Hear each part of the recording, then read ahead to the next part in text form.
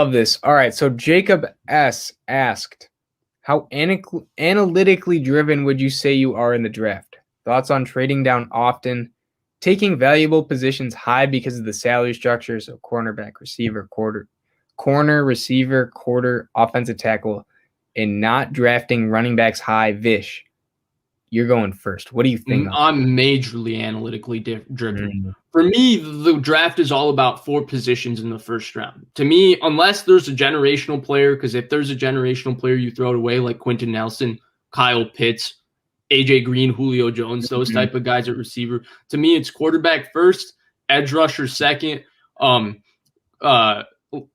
tackle third, and then cornerback fourth. Those are the 4 positions I would target in the first round. It's not always going to happen like that, but in an ideal world, those are the 4 positions I would like to draft. And so I'm definitely majorly analytically driven. I'm not into drafting running backs in the first round unless you're selecting Ezekiel Elliott, who was the no-brainer best player in that draft, or Saquon Barkley, who again was a special running back. With receivers, I'm kind of on the fence. Like, I think there is a lot of value to taking a receiver in the first round. My thing is that if you're taking a receiver in the top 10 in a typical draft, you're probably passing on a very good left tackle or a good edge rusher. And my thing is that unless that guy is AJ Green, you can get a receiver in pick 35, pick 40, usually in a draft, because there's so many good ones and there's so many athletically gifted players that could be almost as good as the guy who you picked at 10 or 11. So I am very analytically driven with the draft, and that's just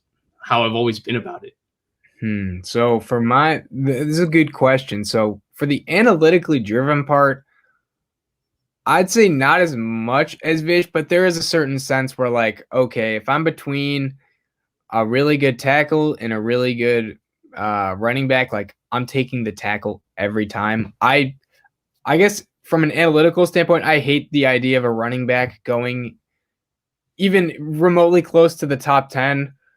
Like Saquon Barkley at 2, I know he was an awesome prospect, but there's just the point that, like, running backs don't really win you games. You look at the teams that don't pay running back, you look at the Super Bowl teams that have been in the Super Bowl. They have good running backs, but they don't pay them running back the highest amount. And there's probably a reason for that, because you can get really good, cheap talent in the second or third round at running back and then not pay them. And you've looked at some of the running back contracts that have gone out to big guys. Now, not some of them have been really good. Henry and Cook, for example, have been great. McCaffrey signed a big one. He only played 3 games and was a baller, but he went out, and what did Mike Davis do when he was getting paid peanuts? He replaced a decent portion of his production. I'm not going to say he's McCaffrey, but he did a decent job. And then there's the Todd Gurleys, the David Johnsons, the Le'Veon Bells. There's a few other guys in there too, but I just hate the idea of paying and drafting running backs. That's just my thought. But Vish, thoughts on that? Yeah, I'm right there with you.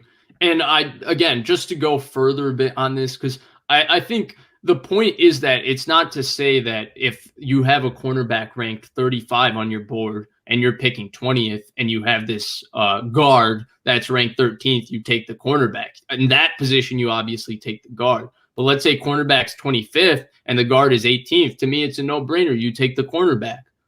Because it's more likely you're going to find a better guard in rounds 4 and 5 and 3 than you're going to find a cornerback. Because to play cornerback in the NFL and be a good one, it takes a special athlete. And if you're that special of an athlete, you're going in the first 50 picks of a draft. Yeah. And then back to this too, thoughts on trading down.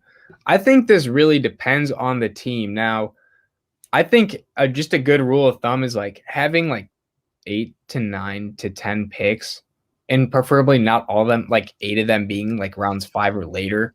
I think that's ideal. Now, I do like the idea of, if say you're the Jaguars and you're at 33, I would be totally cool with trading down to like 38 and picking up like an extra 4th and 5th. Like, that to me is just really smart, because you're going to get a guy who's at a similar level, maybe not the guy you'd get at 33, but they'd probably be ranked similarly, and then you're getting 2 more picks.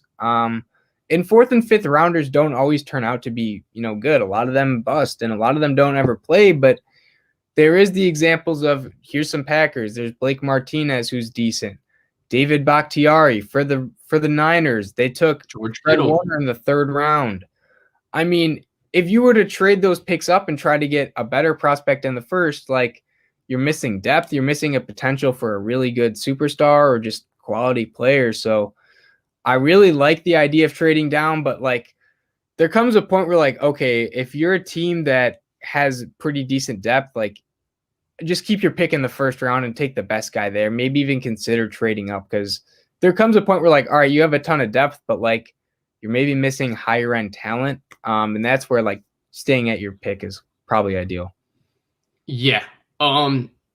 That's pretty much right on. I'm also with you. I'm a little bit more old school. I look at the draft and I look at it as a giant crapshoot. And I think everybody looks at it like that. The older, like, kind of GMs and the way the traditional NFL thinking is, it's such a crapshoot. Let me get 10 picks. So now I have 10 opportunities to pick 2 starters from a draft. And if I can pick 2 starters, it's a successful draft. I just got to go 2 for 10 on picks instead of 2 for 7 or 2 for 6 or 2 for 5.